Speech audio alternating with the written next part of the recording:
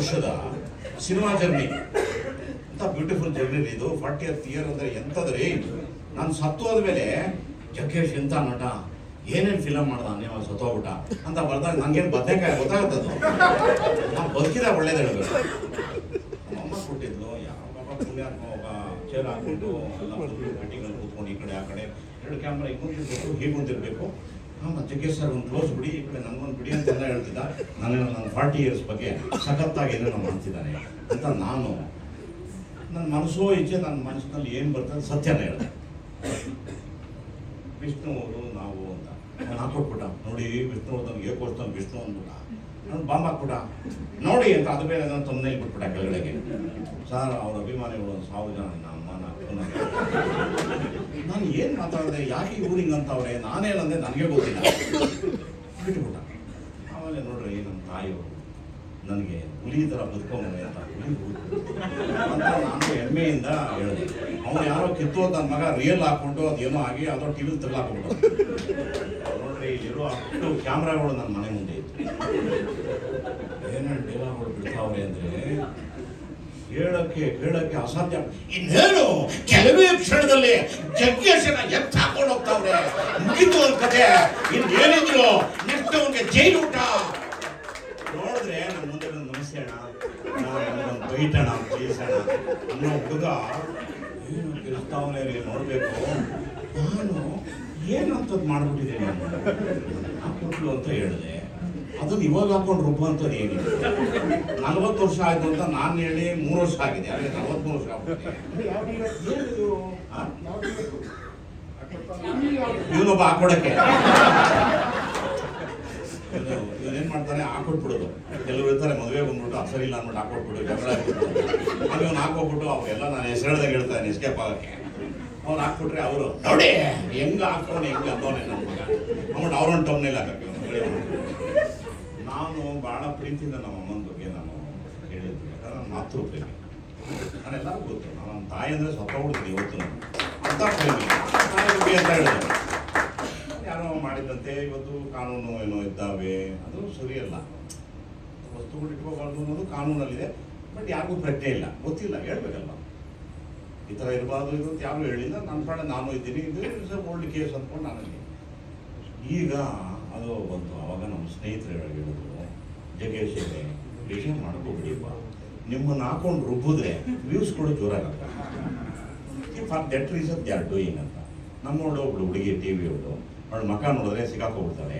ಹೇಳಲ್ಲ ಸರ್ ಏನು ಸರ್ ಮಾಡೋದು, ನಾವಲ್ಲಿ ಹೋಗಿಲ್ಲ ಅಂದರೆ ಅಲ್ಲಿ ನಮ್ಮ ಆಫೀಸಲ್ಲಿ ಹೋಗ್ತಾರೆ ಸರ್ ಅಂತ ಅವಳು ಹೇಳಿದ್ರು ನನಗೆ. ಅಯ್ಯೋ ಅನ್ಸುತ್ತೆ ಅವ್ಳು ಮಕ್ಕ ನೋಡಲ್ಲ, ನಾನು ಸಿಕ್ಕಾಕೋಗ್ಬಿಡ್ತಾಳೆ. ಹಂಗೆ ಅವರವರ ಹಣೆ ಏನು ಮಾಡೋಕ್ಕಾಗಲ್ಲ. ಎಂಥ ಸಮಯದಲ್ಲಿ ನನ್ನ ಭಾವನಾತ್ಮಕ ವಿಚಾರವನ್ನು ಇದನ್ನು ಹಾಕೊಟ್ರೆ ಈ ನನ್ನ ಮಗನು ಸಿಕ್ಕಾಕೊಂತಾನೆ ಅಂತ ಹೇಳಿ ಕ್ಲೀನಾಗಿ ನಾನು ಏನು ಕೂತ್ಕೊಂಡು ಇಂಟ್ರ್ಯೂ ಕೊಟ್ಟಿದ್ದಲ್ಲ, ಅವನೇನು ತಗೊಂಡೋಗಿ ಅದನ್ನು ವೈರಲ್ ಮಾಡ್ದ. ಇವನು ಹಿಡ್ಕೊಳ್ಳಿ ಅಂತ. ಪಾಪ ಪಬ್ಲಿಕ್ಗೆ ಏನು ಗೊತ್ತಿದೆ ರೀ, ಪಬ್ಲಿಕ್ ಅವ್ರು ಶುರು ಮಾಡ್ಬಿಟ್ರು. ಆ ಬಡವನಿಗೆ ಹಂಗೆ ಮಾಡಿದಾಗ ಅವನು ಬೇರೆ ಮೈಕ್ ಹಿಡಿದವನೆ, ಯಾರಿಗೇನಾದ್ರೂ ಪರವಾಗಿಲ್ಲ ಸರ್, ಒಳಗೆ ಹಾಕ್ಬೇಕು ಅವನಿಗೆ ಸರ್, ಬಡವ್ರಿಗೊಂದು ಈ ಬೋಳಿ ಮಕ್ಕಳಿಗೊಂದ ಸರ್ ಅಂತ ಅವ್ನು ಬಿಡ್ತಾವನೆ. ಅವನು ನೋಡಿದ್ರೆ ಬೇಜಾನ್ ವೈರಲ್ ಆಗ್ತಾರೆ, ಅವನು ಮಿಲಿಯನ್ ವ್ಯೂಸ್ಗಳು ಹೋಗ್ತವೆ. ಅವಾಗ ನಾನು ಅನ್ಕೊಂಡೆ, ನನ್ನ ಮಗೊಂಡು ಯಾಳಾರ್ದು ಮಿಲಿಯನ್ಗೋಸ್ಕರ ಅಂಥವ್ರನ್ನ ಇಂಥವ್ರು ಮಾಡ್ತಾರೆ, ಇಂಥವ್ರು ಅಂತಾರೆ. ಎಂಥ ಬಾಳಲ್ಲಿ ನಾವು ಬದುಕ್ತಾ ಇದ್ದೀವಿ, ಹೆಂಗ್ರಿ ಬದುಕೋದು ನಾವು. ಭಾಳ ಬೇಜಾರಾಗೋಯ್ತು ನನಗೆ. ಆಮೇಲೆ ಯಾರು ಪಾಪ ಅವರು ಕರ್ತವ್ಯ ಮಾಡಿದ್ರು, ಆಫೀಸರ್ಗಳೆಲ್ಲ ಮನೆಗೆ ಬಂದು ನಾನು ಇರಲಿಲ್ಲ. ಪಾಪ ನಾನು ಹೇಳಿದ್ರೆ ಎದುರ್ಕೊಂಡ್ಬಿಟ್ಟಿದ್ರು. ಅವರೆಲ್ಲ ಬಯಸ್ತು, ಜಗ್ಗಿ ವಾಟ್ ಶುಡ್ ಐ ಡು ಅಂತ ದಿಸ್ ಒನ್ ಹೋಗಿ ಅವ್ರು ಬಂದಾಗ ಕೊಟ್ಬಿಡಮ್ಮ ಅಂತ ಬೇರೆ ಸ್ಟೋರಿ ಹೇಳ್ತಾ ಇದ್ದೆ ನನಗೆ ಅಂತ ಬಯಸ್ಕೊಂಡು ನನಗೆ ಕೊಟ್ಟಂತೆ. ಆಮೇಲೆ ಆವಾಗ ನಮ್ಮ ಡಾಕ್ಟ್ರ್ ಹೇಳ್ತಿದ್ರು, ಜಗ್ಗೇಶ್ ಅವನು ಯಾರೋ ಟಿ ವಿ ಅವನು ಸಿಕ್ಕಾಪಟ್ಟೆ ನಿಮ್ಮನ್ನ ಒಳಗಾಕಿ ಅಂತ ಪಡ್ಕೊಂಡಿದ್ದ, ಅವನಿಗೆ ಒಳ್ಳೇದು ಆಗೋಲ್ಲಪ್ಪ, ಅವ್ನಿಗೆ ಏನು ಗೊತ್ತು ನಿಮ್ಮ ಬಗ್ಗೆ. ಎಲ್ಲ ಏನು ಮಾಡೋಕ್ಕಾಗಲ್ಲ ಬಿಡಿ ಸರ್, ನಾನು ನಾನೇ ಬರೋದು ಪಬ್ಲಿಕ್ ಲೈಫಲ್ಲಿ ನಮ್ಮಂತರ ರಡ್ಡೇರ್ ಮುಂಡಿರಿದ್ದಂಗೆ ಆಗ್ತಾ ಇರ್ತದೆ, ಏನು ಮಾಡೋಕ್ಕಾಗಲ್ಲ ಅಂದ್ಬಿಟ್ಟು ನಾನು ಸುಮ್ಮನೆ. ಹಾಗೆ ಇದು ಇಂಥ ಒಂದು ಯುಗದಲ್ಲಿ ನಾವಿದ್ದೀವಿ. ಇದಾದಮೇಲೆ ನನಗೆ ಭಾಳ ಅರ್ಟಾಯಿತು. See always I tell press is my greatest lovers, ಅವರಿಲ್ಲ ಅಂದರೆ ನಾವಿಲ್ಲ. ಬಟ್ ನಮಗೆ ಭಾಳ ಹರ್ಟಾಯಿತು.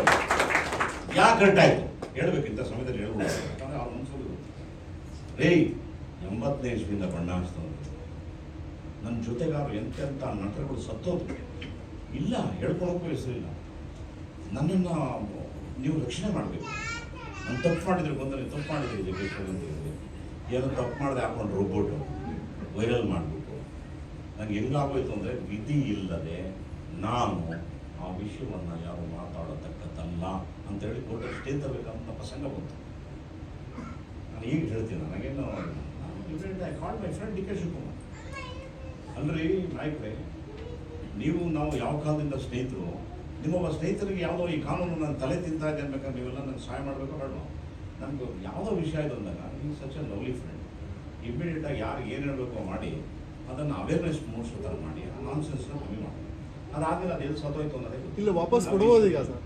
ವಾಪಸ್ಸು ಸರ್ಕಾರ ಹೇಳಿದೆ ಮೊನ್ನೆ ತಾನೇ ಹೇಳ್ಸಿದ್ರಿ, ಅರಣ್ಯ ಇಲಾಖೆದವರು ವಾಪಸ್ ತಗೋಬೋದು, ಈಗ ವಾಪಸ್ ಕೊಡಿ ಅಂತ ಹೇಳಿದೆ. ವಾಪಸ್ ಹೋಯ್ತದು ಏನು ಮಾಡೋಕ್ಕಾಗಲ್ಲ. ನನ್ನ ತಾಯಿ ಯಾವ ಗಳಿಗೆಯಲ್ಲೋ ನನಗೆ ಕೊಟ್ಟದಂತೂ ನಾನು ಮುಂದಿನ ಮುಗಿದು ಕಸ ಡಬ್ಬಿಗೆ ಹಾಕಿದ್ದಾರೆ. ಹೋಯ್ತು ಹೋಗಿ ಪರವಾಗಿಲ್ಲ, ನನ್ನ ತಾಯಿ ನನ್ನ ಹೃದಯದಲ್ಲಿದ್ದಾಳೆ.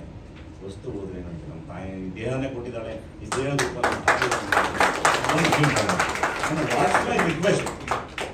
ವಾಟ್ಸ್ ಮೈ ರಿಕ್ವೆಸ್ಟ್ ಅಂತ ಅಂದರೆ ನನ್ನ ಮಾಧ್ಯಮದ ಮಿತ್ರರಿಗೆ ಸ್ವಲ್ಪ ನನ್ನ ಬಗ್ಗೆ ಕರುಣೆ ಇರುತ್ತೆ. ಯಾಕೆ ಅಂದರೆ ನಾನು ತುಂಬ ವರ್ಷ ಬದುಕಿದ್ದೀನಿ ಜೊತೆ. ನಾವು 61 ಹೆಂಗೆ ಓಡೋಗ್ಬಿಡುತ್ತೆ ಸಮಯ ಅಂತಂದರೆ ಯಾವತ್ತು ನಾವು ಗಡ್ಮರೆ ಹೋಗ್ತೀವಿ ಯಾರು ಗೊತ್ತೇ ಇಲ್ಲ. ತಪ್ಪದ ಹೊರಟೋಗ್ತೀವಿ ಎಲ್ಲ ಉದ್ದಕ್ಕೆ ಹೊರಟೋಗ್ತಿಲ್ಲ. ಸೊ ನಾನು ಅದು ಅರ್ಟಾಯಿತು. ಹಾಗಾಗಿ ನಾನು ಕೋರ್ಟ್ಗೆ ಹೋಗಿ ಸ್ಟೇ ತಂದ್ಬಿಟ್ಟೆ. ಇವನ್ ಮಾಧ್ಯಮದಲ್ಲೂ ಬರಬಾರ್ದು, ಅದನ್ನು ಸ್ಟಾಪ್ ಮಾಡಿಸಿ ಸ್ವಾಮಿ ಅಂತ ಹೇಳಿ ನಾನು ಸುಮ್ಮನೆ ಹಣ ಖರ್ಚು ಮಾಡಬೇಕಾದ ಪ್ರಸಂಗ ಬಂತು. ಹಾಗೆಲ್ಲ ಆಯಿತು. ಇದು ನಿಮಗೆ ಅನಿಸುತ್ತೆ. ನಾನು ಹಂಗಾಗಿ ಮೌನಕ್ಕೆ ಶರಣಾಗಿದ್ದೀನಿ.